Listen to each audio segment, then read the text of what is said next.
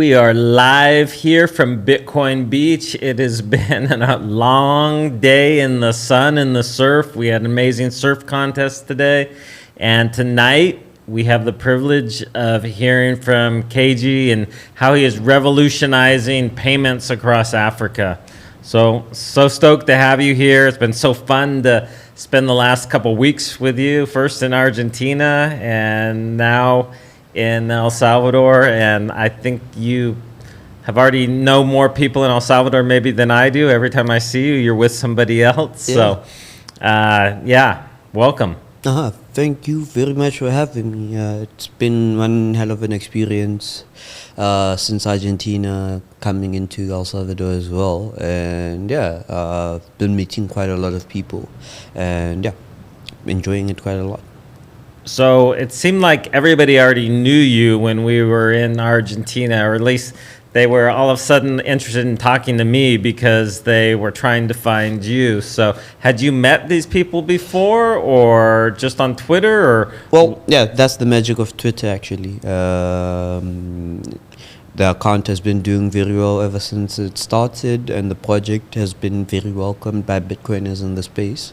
And ultimately, I guess that's what has led to a lot of people anticipating meeting in person whenever we are at a conference together. So yeah. Had you met any of these people in person before, or was it? Oh, no. The only ones I've met before was Herman from Bitcoin Ekasi. Of course. And then everyone else was literally just the first time for me meeting. And even now, there's still people I'm coordinating with, trying to meet with the few hours I still have left in El Salvador. And Well, I loved how we showed up in Argentina, and all of a sudden, Elizabeth Stark was able to get you a speaking spot, right on in the moment's notice. So. She's a wonderful person, and really enjoyed seeing her in person, having a chat with her and her team as well at Lightning Labs. I've had a few calls with them. Over the past few weeks or months, actually, and getting to meet them in person and see the work that they are doing has been quite refreshing. They also got to see some demos in person since my SIM card was data roaming in Argentina, so they got to see the service in action instead of in a video on Twitter and stuff like that. All right, well, why don't, for our audience, tell them a little bit about what your project is and what problem it solves, and where you think it's going to go. Okay, yes. So the project is called Machankura, and it's actually a service giving people without internet connected devices the ability to send and receive Bitcoin. Right? The main push for this is because not everyone has an internet connected device. The internet penetration levels in Africa are at 30%. And so if you really want to onboard people onto a Bitcoin standard, which is widely known as the internet's native currency, and quite a huge portion of the population does not have an internet connected device, then you are in trouble. So Machankura is one of those tools that aims to actually get rid of the internet barrier or the digital divide, and hopefully unlock a few more people onboard them onto a Bitcoin standard. So even on phones, that percentage of people don't have internet. Yes, right. So the stat I think is like 30% don't have 30%. I have access to internet in Africa, but 70% have a SIM card connection. So at least 75% of the population use a dumb phone, as most people say, or a feature phone. And so this service works on those phones via USSD interface, and the USSD interface has been used for many different things on the continent. One of the most famous ones in South Africa is something called a Please Call Me. So if you don't have phone credits and you want somebody to call you, you just dial the USSD code number with that person's phone number, and then the telecom sends that person an SMS and says, yo, Mike wants you to call them. And yeah, they also use it for loading airtime and all these other things. But in Kenya, it's seen most of its success via mobile money. Right? And is that M-Pesa? Okay. Yeah, M-Pesa used USSD. And yeah, it's been quite trip, because a lot of people in Kenya use that as their primary, what's the word? I don't want to use banking because it's not really even a banking tool. The banking infrastructure in Kenya is almost non-existent because everyone there uses mobile money and everyone there prefers mobile money. But not only that, across the African continent, 90% of all digital payments are over mobile money or a USSD interface. 90%? 90%. Right? Wow. So, yeah, then the need for giving Bitcoin the ability to, also be on the same interface is quite important. I mean, that strikes me as very different from what I see on the ground here in El Salvador. Mm-hmm.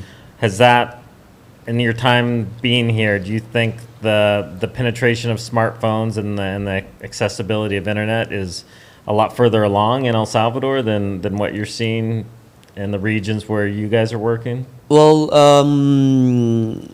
from the observations I've made, yes, there's a lot of people with smartphones, but I think, it's a spectrum. So I've seen quite a lot of people using cheaper Android devices. So for them, it's not a question of not having internet. It's a question of how are these apps built to better support them. So even in my side, I'm already starting to think about other ways to support users and support the transition to internet connected devices, which we should all go if we are going to have prosperity. But for cheaper devices, the usual case is when a person downloads a new app, they get presented with this whole "you are running out of space" prompt, please delete another app. And the apps that they are given an option of deleting are usually TikTok, Facebook, Instagram, and WhatsApp, right?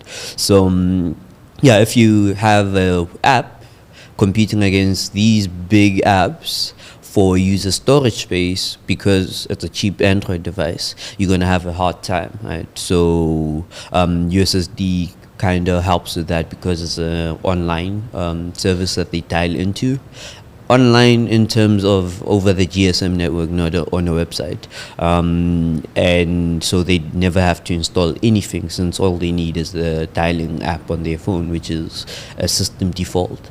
And the other thing, and I don't know if it's much of a thing in El Salvador actually, because I didn't chill with people that much, but also a byproduct of the big apps, and this is a case for a lot of the developing markets. Facebook is free to access in these countries, right? So a lot of people experience the internet on Facebook, and back to you have an app, you have a system that is not on Facebook or that is not running on Facebook, people would not be able to access your app or access your content. So what can be done to actually make your services accessible to these people?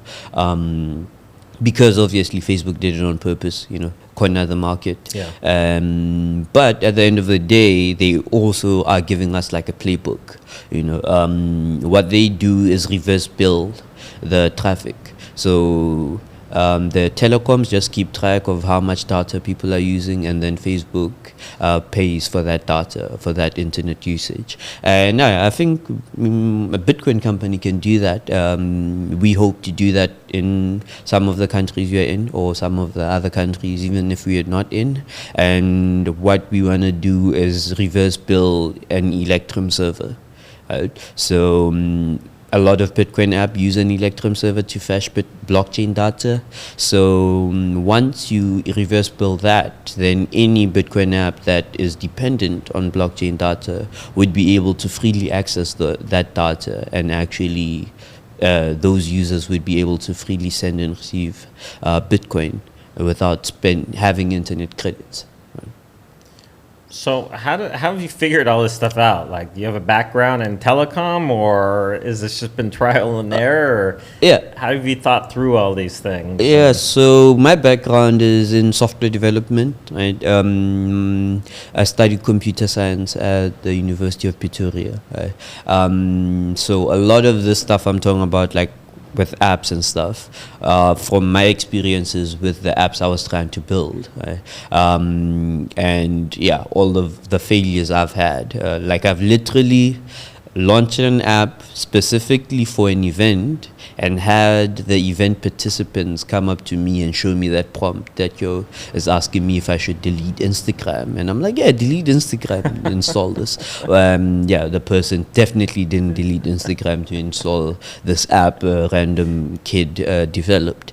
And yeah, we have other companies in South Africa that are also dealing with these issues, and I think one of them is called Moya app. It's a free chat app,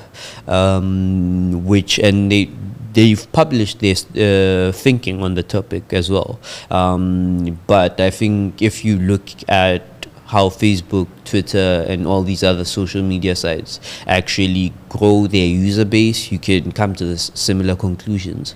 Make it freely accessible, get as many people on it, and take it from there. And this is something M-Pesa did as well, because M-Pesa reverse bills their USSD code, so that a user doesn't need to have phone credits to actually access it, right? And so then they push aggressive growth, and it's all systems go from there.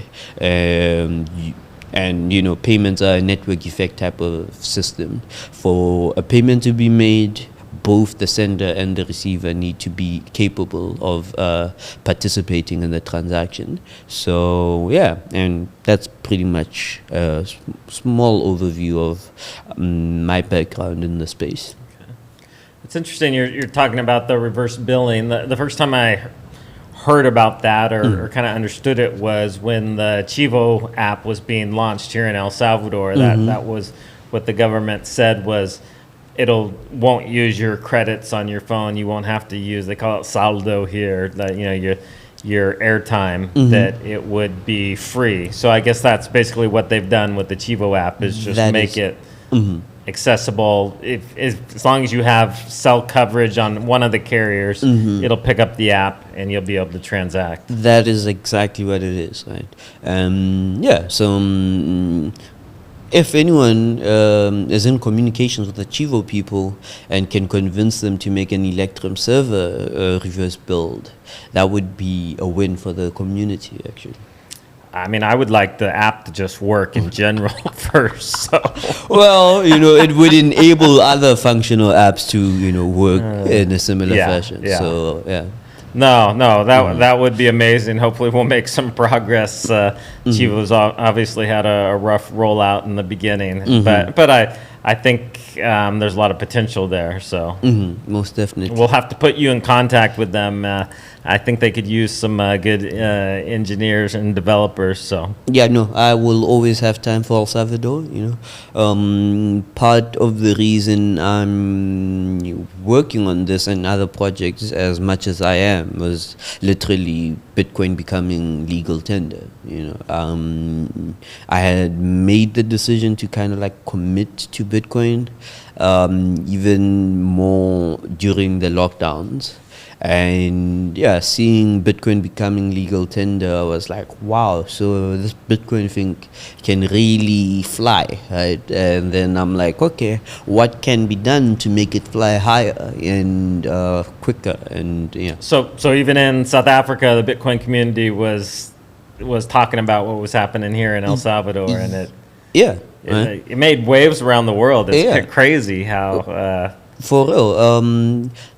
Was I part of the WhatsApp groups? I think I wasn't. because my sense of time got messed up ever since the lockdowns happened. So, but maybe I was. This was 20.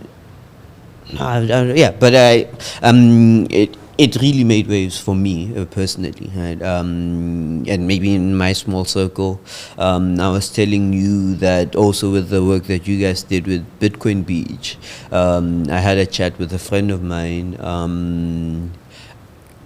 When Bitcoin became legal tender, and I'm like, yeah, this Bitcoin thing is flying, so on and so forth. And he, I think, was talking from this perspective of a news article he read, where they were saying Bitcoin Beach started with a donation from unknown donor, right? And then I was like, oh, if that's all it takes to make Bitcoin legal tender in the country, I need somebody to donate funds for me, and I'm gonna go to my grandmother's village and then start a project like that. But yeah, I was making that statement specifically highlighting all the work that went behind the scenes to actually make something like Bitcoin Beach a success, right? Not just the donor, but the work you guys were doing with Hope House and all these different initiatives you guys have in the community as well. Because, yeah, that is a lot of heavy lifting. I've participated in a few community activities myself, and I'm like, whew, yeah, no, you guys are really beasts. And yeah, I've also got to actually witness the Hope House team in action while I was here, and I'm shocked at how on the ball everyone is. Like a day or two from returning from Argentina, and it's all systems go. Like, oh, we need to do this, we need to do that, we need to move this here, and everything. So yeah, you guys are really inspirational, even still. No, I mean the local team. I mean they are on the ball. I mean, anybody who spends any time here realizes how little I have to do with all that. They're much more organized, and yeah, everybody has their tasks. And like you said, we're just in Argentina last week, and get off the flight and unroll this major program that we've had here for the last several days of one event after another. So yeah, it's been a blast to be a part of that team, and it was fun watching you in Argentina interact with them not speaking, a number of them not speaking English and you not speaking Spanish, but still you guys would have your conversations back and forth, and you were learning your word every day. One word a day. Necesito, like need. Necesito. So I learned that. Jami was your tutor there. Always smiling and laughing as she was teaching you. Exactly. So my in cafe as well, because that was the order I was putting in every morning, and eggs. Hagwe or something like that. I'm forgetting, but yeah, I'll brush up on my Spanish so that next time I come back into El Salvador, I can speak fluently and have a conversation with everyone, right? And yeah. Well, you seem to have no problem connecting with people. It was fun watching you just getting, connecting with all the different people in the Bitcoin community, and I was very glad that it worked out for you to come to Argentina with us, and then seeing you speak there, but then also speaking at the Adopting Bitcoin conference, which I was very impressed this year with the lineup of speakers. I mean, just a lot of great builders and people doing real things. So I'm sure you felt right at home with interacting with the people there. I did, and I think the other thing is everyone was open. Right? I believe you wanted to introduce me to quite a few people as well, and then everyone you wanted to introduce me to, I was like, oh, I'm already with them now, talking, and yeah, I wouldn't have been able to do that if they were not welcoming. And like today, I was like, oh, we need to make sure he connects with Greg Foss, and then I get a picture of you like hanging. I think Greg posted a picture on Twitter of you, and I was like, okay, obviously he's already connected with him. So yeah. So And even how that happened was like, oh, okay, cool. Meet up one person, and this person invites me to a lunch, and this lunch happens to have Greg at it as well. So I was like, oh, okay, cool. I can live here. I can live in this space. And what else? I did mention some of the people I met, the Torah Goz dev in the other episode, and yeah, I think I also had the pleasure of meeting the Calway team. The guys who actually organized the event, and had a good chat with Noor. And Nora's amazing. I mean, the way she put that last year, she put it together in just like a couple months, but this year, I mean, she took it to another level. Yeah, so. And I can safely say that they will be coming for blood even next year too, right? So I think she said the main aim her and Pretty Flaco had was that they're introverts who hate conferences.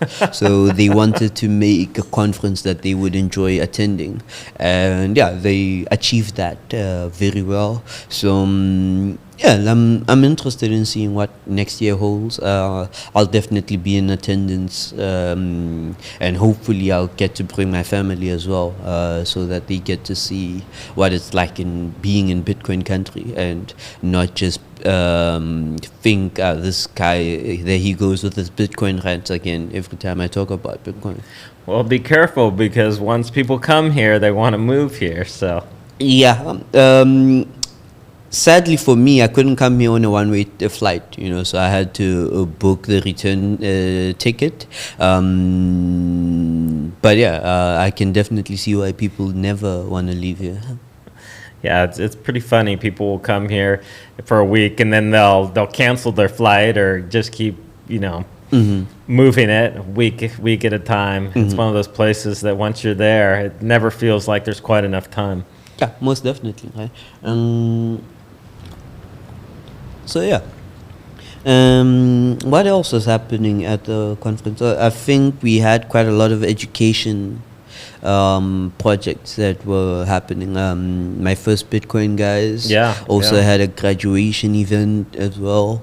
I was speaking with some of the Bitcoiners that were in attendance, and they really loved how that event went. And yeah, they do an amazing job, like with their education and the level of education. And then as part of the diploma program, they have somebody like there testing them and validating that they've actually done the work, which is pretty impressive. And it's also crazy that you're getting validated by the guy who made the wallet you're using, So he's like, okay, cool. How do you do 1, 2, 3, and then programs like that, I think they're quite interesting. Yeah, because also, there's a lot of work behind making Bitcoin, or pushing Bitcoin adoption. So all these different programs, all these different education programs are very necessary. You were saying earlier that you understand fully what Herman is doing with Bitcoin Legacy, because it's similar to what you do with Bitcoin Beach. But what I do is I consider myself like a catalyst, in the chemistry sense of speeding up a reaction to the desired state without burning myself out, right? And that is the very important part of the whole equation, because if I do burn myself out, then you're no good to anybody. Yes, right. And yeah, I see yourself as a catalyst as well. Because you sped up one reaction in this community, and there's a few other catalysts in the space, and for me, I always look at what is the missing piece, right? One of the projects I started was Exonumia, which is a translation project, and I started that based on my own experiences, going down a rabbit hole, all this amazing Bitcoin literature, and all of it was in English, and I was like, how do I bring this back to the township? And yeah, a lot of people in the township actually speak English, by the way, right? But it's not their first, second, or third language in most cases, so they may not. And Bitcoin, a lot of times, even in your first language, can be challenging. And so if you're trying to learn it in your second language, it makes it, Right. sometimes insurmountable. A hurdle. Yeah. So yeah, then I started this translation project, and I was like, okay, cool. Let me translate all this good articles and hopefully graduate up to books, so that people in the townships can actually learn from this content. And I think with that project, we ended up translating one of the Bitcoin Beach ones, like the Bitcoin Beach community, things we learned from. Okay, you guys translate. That's awesome. Yeah. I remember I had Armand from Bitcoin Akasi. He was so excited about your project in general, like that they were translated in all these local languages. This was long before I knew about you, but I remember him like raving about. He was, we have this huge news to release, to announce that we have all this translation done. So yes, right, and yeah, and now you're right here in front of me. And I get to talk to you in person. So. Most definitely, right, and. Yeah, for me, even my thinking when I was starting that, I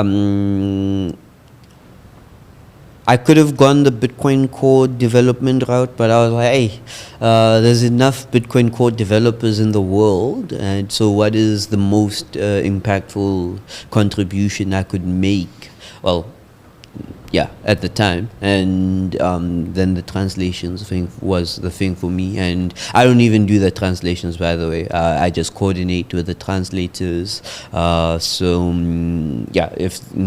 secure some funding as well for them, because also, if you can't fund the project, the translators would rather do something else to put bread on the table.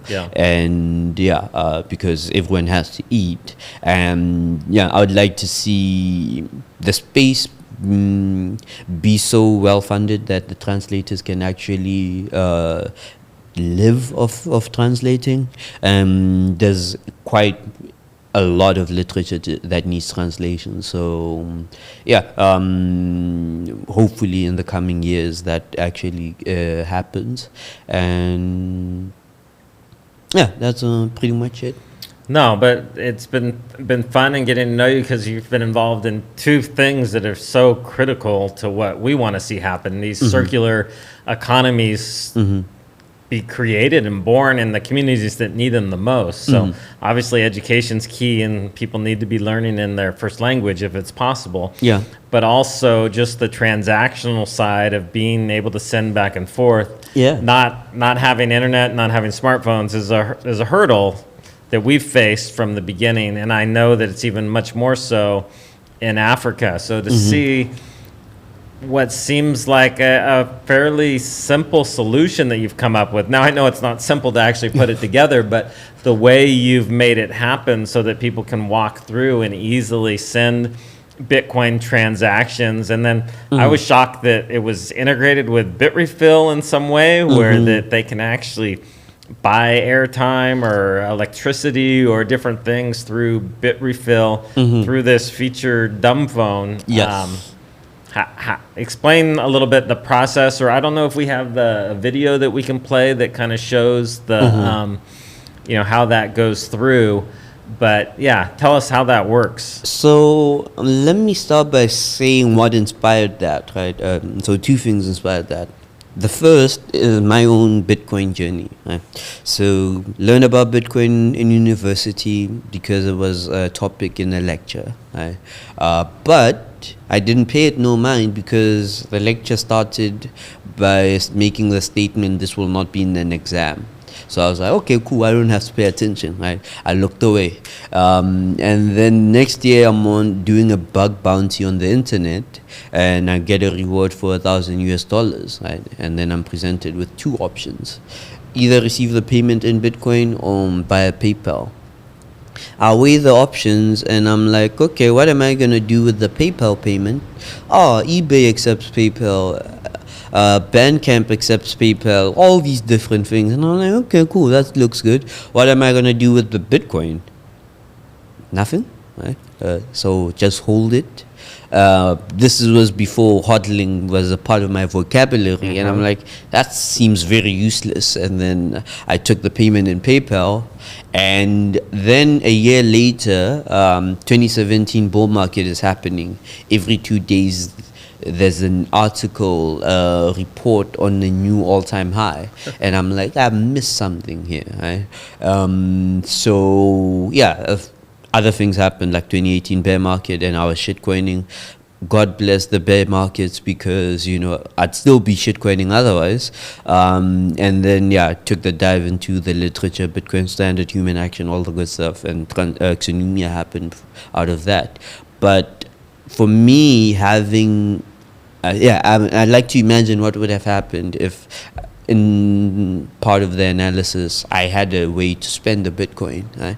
So, second thing that pushed for this was a conversation I was having with Herman and Lutando from Bitcoin Ekasi. Like, how do they go about orange pilling the merchants and the people in their community? Right? Ultimately, they need to show them that Bitcoin is a real thing. Right? So Lutando was saying that he would take a merchant or someone to like a restaurant and pay the bill using Bitcoin via Bitrefill vouchers, right? In front of them, just so they can see, oh, okay, cool, this went from Bitcoin into a payment for this lunch, right? Via Bitrefill, right? And then I saw that as a very important thing to have. And then since I worked with Bitcoin Legacy and Bitrefill on one of the videos that they did, education videos, the guy is called Steve from Bitrefill. I kind of had him in my contacts, and I'm like, yo, this is what I'm trying to do. Do you think I can get an API? And lucky for me, I did get an API, and that has been used also as a tool to orange pill more people across the African continent, right? They have a real use case of, hey, this is actually better than money because I can recharge my phone or pay my electric bill. Exactly. Right? And there are guys in like Malawi and Zambia that post videos of them orange pilling people. And you could see that, oh, this guy's really using Bitcoin for the first time because it's a dumb phone, right? And he makes them buy airtime on it. And so far, I've seen 2 or 3 videos where the person is buying the airtime, and the SMS comes in that your airtime has just been topped up, and you hear this joy like, whoa, and smiles in the room. And I'm like, I wish I remember what it felt like for me to make my first Bitcoin transaction, right? And they literally, I don't know if they get they get to see the video, but maybe sometime in the future they'll be able to Google the video and say, oh, this is the first Bitcoin transaction I ever made. And because before they would have to go to a store, right, to recharge your phone, and if it was the middle of the night and they need to make a call and the stores aren't open, they're just out of luck. Yeah, exactly. But even with that, just the fact that, oh, I've just used Bitcoin, this thing they call Bitcoin, for the first time, and now I have airtime on my phone, right? So ultimately with the Bitrefill integration, we just facilitate sending sats to Bitrefill, and then using their API to deliver the goods and services to the user's device, right? And it's been one of the best integrations we have. Not the only one. The other one was an Esteco integration, because how does a person without an internet connected device buy Bitcoin? They can't create an FTX account because they can't log in. So Azteco sells Bitcoin vouchers, right? So a person goes to the corner store, buys a voucher, loads it up like it's airtime on their phone, and now they have a positive Bitcoin balance.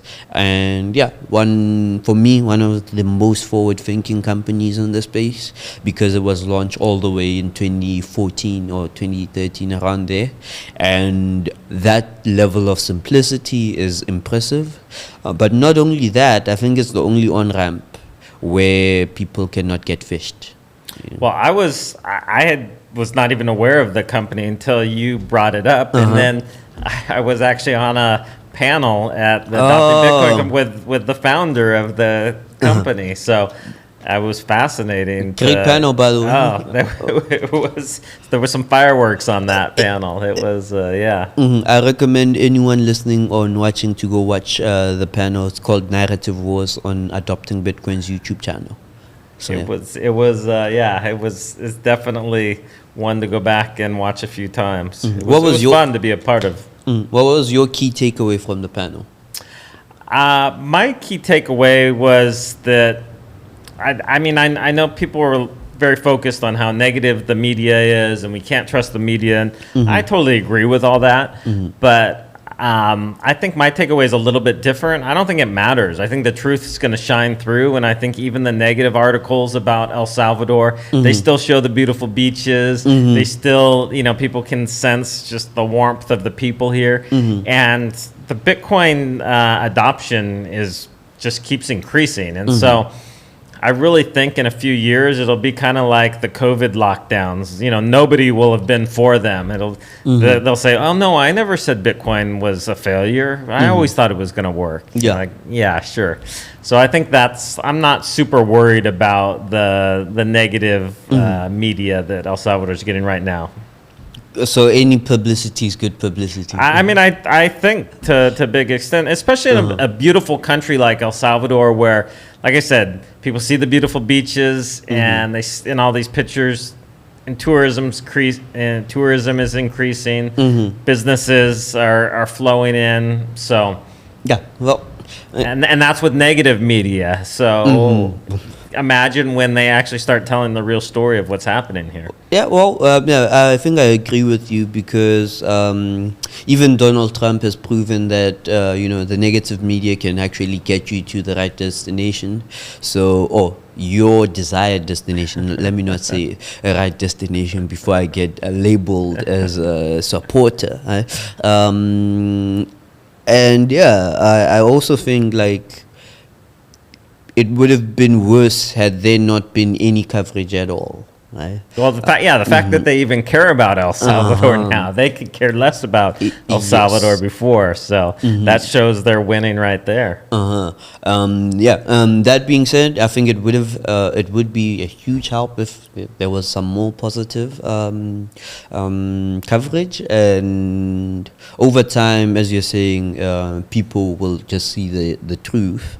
And I think the coverage in the networks, like not the mainstream media, but what you're seeing on Twitter, what people are posting on Instagram or any of the social networks, it's all positive stuff. And I think that has become increasingly important anyways. I mean, even the president of El Salvador, when he ran, he didn't do really any interviews with any of the mainstream media outlets. He didn't even participate in the debates that were hosted by the media companies here. He just went straight to the people on Twitter and Facebook and even TikTok, I think. And so I think that those things matter more, and that's where the real experiences people have come through. And I mean, you go on any of the social networks, and people are talking about how amazing it is in El Salvador and posting videos of them paying for things in Bitcoin. Yes. So, yeah. Yeah. I think you are right on the money, but there's a danger as well, because all these platforms thrive on user-generated content, right? Our beloved Twitter is one of the greatest examples where we have all met as Bitcoiners. Even YouTube is another example of this. But due to the fact that these companies make money off of advertisers, they end up prioritizing advertiser content over the content that actually had you using the app in the first place. On YouTube, I think a lot of YouTubers were crying about your daily shows and late night shows getting priority on the trending page when the YouTubers, I'm gonna name drop Jake Paul, one of the most hated YouTubers in the space, don't get as much time in the trending page. And Corey Kenshin is also another YouTuber who complains about that. And Twitter, on the explore page, for me, I always see like an LA Times, a New York Times, and whatever, and I'm like, I know there's a trending thread on the same topic that the LA Times wrote about. Why is that person who wrote that trending thread but has 6 followers not getting put on the explore page? Right? And the danger, I think, is the president of El Salvador realizing that these tools that allow you to be in front of the people are important, might not be able to do that again, because as soon as they deem your audience valuable, or in this case the population of El Salvador, as a valuable economic target for the advertisers, then they displace your place in front of their eyes, and then they get to push whatever narratives that they want. And for me, it's a danger of these platforms having a business model tied to the advertising, and so another narrative war, but this time with regards to advertisers. And but for now, it's not too big of an issue. In South Africa, also, it's not too big of an issue, but I've seen it creep up in some of the cities we live in South Africa, and I'm like, what happened to all the organic content we used to consume? No, definitely something for us to be aware of, that can happen. Yeah. So yeah, most definitely. I'm about to have my second bottle of water. I was so prepared for this moment. So did you make it out surfing yet? No, sadly. Oh. Too action-packed of a week for me to actually go surfing, because I was supposed to get surf lessons, right? But the people who were supposed to give me surf lessons were also busy. Was that Roman Chimbera? Was he? Paco, Freddie, Brian, the entire Bitcoin Beach crew failed me this week. So well, you're just gonna have to come back. Yeah, most definitely. And stay longer next time, so you can get the surfing. And yeah, it has been just a crazy week, but very, very fruitful, very productive. And I mean, I've never been more bullish on Bitcoin or Yes. what's happening here in El Salvador than I am right now. Most definitely, right? What are you looking forward to the most in the next 6 months? Hopefully getting out and surfing, actually. That's my goal. I'm just realizing that I've kind of put my own personal health and time on hold, just because there's always something more to do. So I either have to get back out in the water surfing or go buy new clothes, because I'm getting too fat to fit into anything. So I think surfing is the better answer there. So that's my goal, is to it's great to be focused on Bitcoin and all the opportunities are out there, but sometimes you got to pull back a little bit. So after we get through this stretch of conferences, that's my goal, is to get out in the water more. Okay. What about yourself? You're still young, you're not old like me, so you can still burn the midnight oil. But where do you see your projects going, and what's your kind of next goal? So a few goals. So one is related to the fact that Machankura has been a self-funded project up to this point, so I'll be working on raising funds for it because there's quite a lot of work I need to do on my side to push the project forward. And Based on what I've seen so far, just with your interactions with people, I'm guessing you've already had several investors approach you that are interested in funding that. yeah, quite a few. So it's on me to do all their desired checklist items to make sure that it's a smooth transaction for both parties. And make sure they're real Bitcoiners and Well, they came to adopting Bitcoin, so I don't know what other That's check true. That's true. I need to implement, right? And what else? Yeah, a lot of work as well. There is an idea I had while I was at the conference, right? This is a byproduct of conversations with Obi from FIDI. He's heavily stressing censorship resistance. So if you're listening to this, Obi, this is because you actually stress me out. Basically, the idea, which doesn't have a name yet, has to do with the fact that people can kind of run an SMS gateway in their own communities or in their own neighborhoods. So if a person has an Android device, they'll be able to download this app, and then this app then kind of intercepts all the SMSs that come onto their phone, and then gets the ability to send out SMSs as well.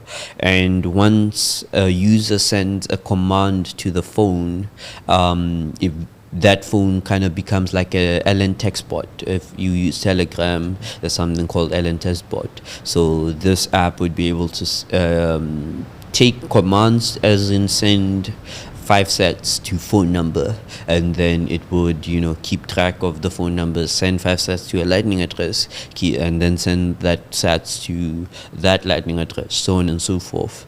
And yeah, I think I might be able to deploy that in a few weeks or few months and see how it works in the communities that I'm in.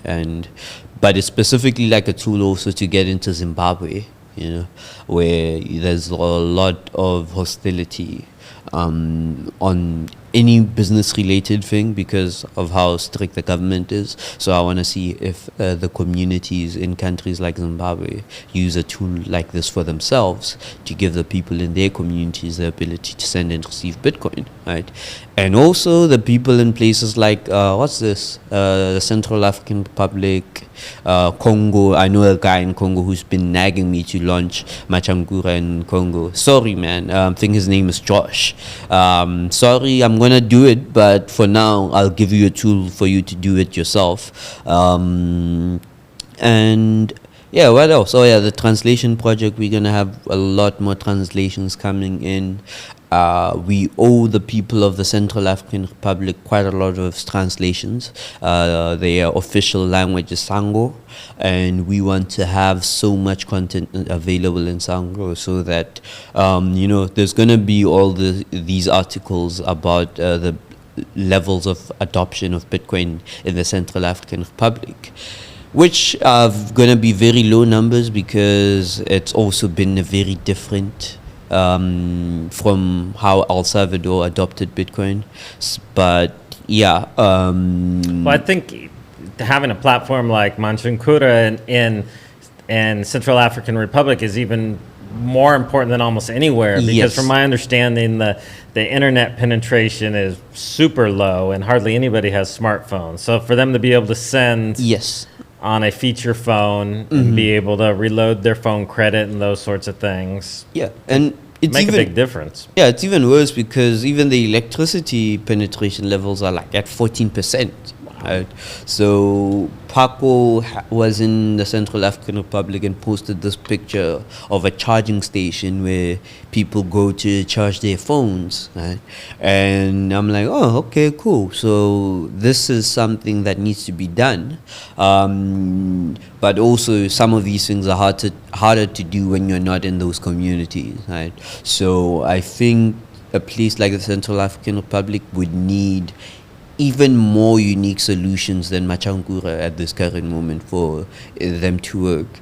And the fun thing is, if we actually figure the stuff out, it would work for other people. Like, I know Bitcoiners in the Middle East that may be technical enough to run a Bitcoin node, but cannot run a Bitcoin node because they don't have a stable electricity supply. So what does a solution look like for them, right? What does Bitcoin adoption look like for them? So hopefully Bitcoiners come together, and they don't have to come together, but work on a solution in all their different places that they find themselves. And I'm assuming right now the way you're operating the interactions with the telecoms is a little bit of a attack vector that people can come after. Yeah. So that's true, and I think we were almost shut down like 2 weeks ago. Right? But thank you to all the Bitcoiners in the space that made their voice heard. To name drop again, I think Akin from Azteco actually stepped up. Abu Bakr from Recursive Capital also stepped up, and Hafiz from La Dunya, and Okin, Mastagontai, all these different Bitcoiners were making their voices heard, and as a consequence, the service is still up, and there's a path moving forward as to educating the telecos and the regulators on the topic, because ultimately this is the same as a website. Only difference is the teleco keeps our number in their directory so that people dial it, and then the teleco connects them with us. So I think we have the potential of actually educating them to say, oh no, cool, this is a Bitcoin service, so people can send and receive Bitcoins, and this is the same as sending and receiving messages, and our users are not complaining about our service. So, what harm are we causing?